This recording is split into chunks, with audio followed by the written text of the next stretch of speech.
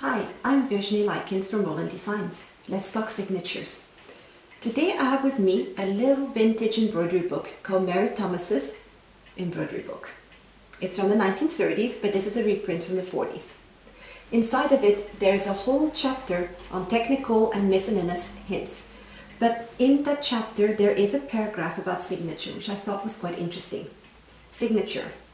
The old custom of signing and dating any elaborate piece of embroidery with the idea that it should last has now happily been revived. This was written in the 30s. A signature may seem of no particular consequence to the worker, but it adds greatly to the personal charm and interest of the work, which later may be handed down with pride from generation to generation.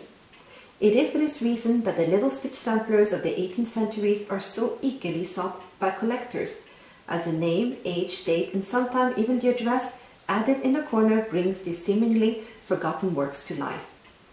And then she goes on to explain that you should add the signature in a corner of your embroidery with fine stitching. And she says, if the work is a gift, then the recipient's name worked in the opposite corner brings yet further joy in accepting. Isn't that a very, very good tip? To also add the name of the recipient on it? I thought this was very good advice. Especially that is something that I've said many, many times over. Please sign, date, and put any form of information you can in your embroidery. You're going to spend hours and hours, you're going to spend money buying quality material, quality threads. So why not date it and sign it? And it's going to become an heirloom, something that your family will treasure, your children, great-grandchildren, or maybe one day it falls in the hands of a collector 100 years from now, and they will be able to know and admire and respect the person who put all this amazing work into it. Here's an example of a little tiny stitch sampler from 1881, and it's signed Harriet Rolson. This sampler tells me the date and the name of the person who stitched it. Even though it's a very small piece of embroidery, it's very personal because I know who did it. This sampler here is quite special. It's part of two samplers that are from two different dates. This one is from 1881, and the special thing is that it says it's from the Björneby skole. It's from a school, and I have a matching sampler stitched 10 years later in 1891. This one is actually in worse condition, believe it or not, and this one also is from the Björneby skole. And it tells you the name of the girls who stitched it. So even though they're different and they were stitched by different people and the quality is different, it's from the same school. So this adds a little bit of interest as a collector to those beautiful samplers. On the other hand, I have here a sampler that is dated 1914, and the only initial is the letter A. I don't know who stitched it. I don't know if it was a girl or a boy.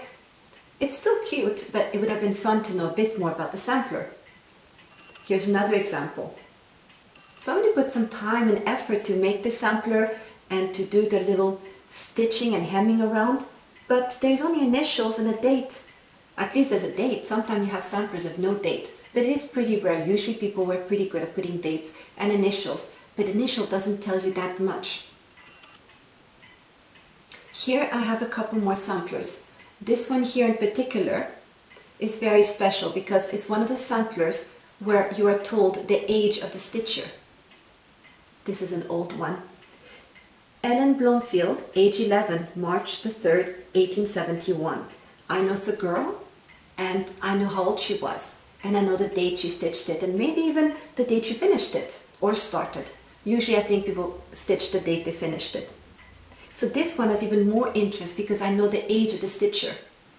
So when you do embroidery, or maybe not even samplers, maybe you do a picture, or maybe even you do some beautiful embroidery on a piece of clothing, try to add your name or your initial in it. And it doesn't have to be big.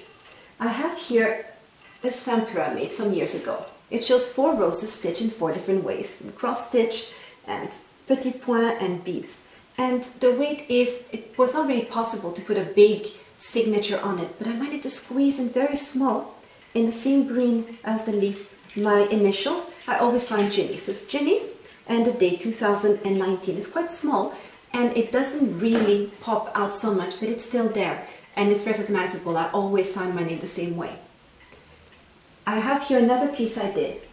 It's a very small sampler. If you look on Etsy, it's called mini sampler. It's a small one, and I could technically have added my name in the middle, but I hid the name inside the border.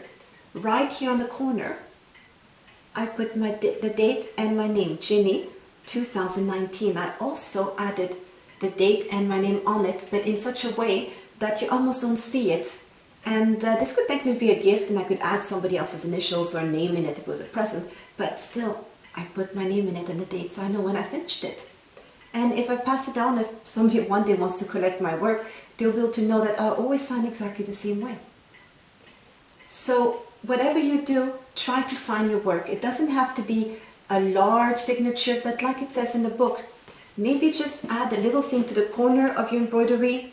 In samplers, it's quite natural to put your name or initials and the date, but if you can add even more information, which country you stitched it from, your age, this all adds interest, and this makes it a lot more valuable to yourself and to future generation. I'm going to show you a very large project I did one time. It was a sampler that was designed for me by Nouveau Encore Design many years ago. I did take a long time to stitch it. I stitched it in silk. It's many vintage alphabets and letters and borders and things. But underneath the names, I added the place of birth and the country of birth of my husband and I and our children. I also added the date of our marriage. And at the bottom, I also added the date of when I finished it. I still have to get it framed, it's quite large. So this is the kind of things you can do. You can add a bunch of details to your embroidery. And this will help you not just to remember, because time goes by, you don't remember always which year you stitched things.